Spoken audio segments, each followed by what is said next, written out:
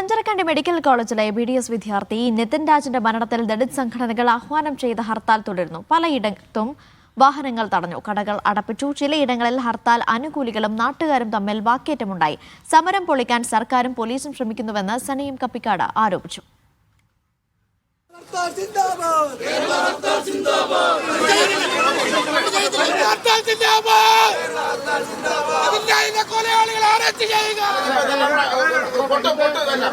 Anjarakandy medical കോളേജിലെ BDS വിദ്യാർത്ഥി നിതിൻ രാജിന്റെ മരണത്തിൽ പ്രതികളെ അറസ്റ്റ് ചെയ്യണമെന്നും കോളേജുകളിൽ ദളിത് വിദ്യാർത്ഥികൾക്കെതിരെയുള്ള അതിക്രമം തടയാൻ രോഹിത് വെമുല ആക്ട് നടപ്പിലാക്കണമെന്നതും അടക്കമുള്ള ആവശ്യങ്ങൾ ഉന്നയിച്ചാണ് വിവിധ ദളിത് സംഘടനകൾ ഇന്ന് പകൽ ഹർത്താലിന് ആഹ്വാനം ചെയ്തത്. പലയിടങ്ങളിലും ഹർത്താൽ ജനജീവിതത്തെ ബാധിച്ചു. രാവിലെ മുതൽ ഹർത്താൽ അനുകൂലികൾ വിവിധ ഇടങ്ങളിൽ റോഡ് ഉപരോധിക്കുകയും വാഹനങ്ങൾ തടയുകയും ചെയ്തു. തിരുവനന്തപുരം തമ്പാനൂർ ബസ് സ്റ്റാൻഡിൽ സമരാനുകൂലികൾ ഏറെ നേരം ബസ്സുകൾ തടഞ്ഞിട്ടത് യാത്രക്കാരും സമരക്കാരും തമ്മിൽ വാക്കേറ്റത്തിന് വഴിവെച്ചു.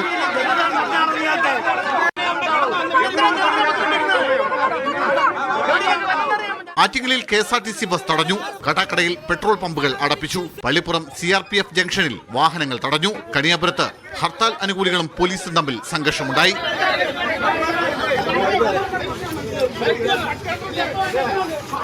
കൊല്ലം കുണ്ടറ മുളവനിയിലെ ബീവറേജ് ഔട്ട്ലെറ്റും കടകളും അടപ്പിച്ചു. MC റോഡിൽ പലയിടങ്ങളിലും വാഹനങ്ങൾ തടഞ്ഞു. തിരുവല്ലയിൽ ക്യാൻസർ രോഗിയെ ഹർത്താൽ അനുകൂലികൾ തടഞ്ഞതായി പരാതി. മാവേലിക്കര ചാരുമൂട്ടിൽ മിൽമ ചെയർമാന്റെ ഔദ്യോഗിക വാഹനം തടഞ്ഞിട്ടു. അതിനിടെ സമരം പൊളിക്കാൻ സർക്കാരും പോലീസും ആസൂത്രിതമായി ശ്രമിക്കുന്നതായി സണ്ണി M കപ്പിക്കാട് ആരോപിച്ചു.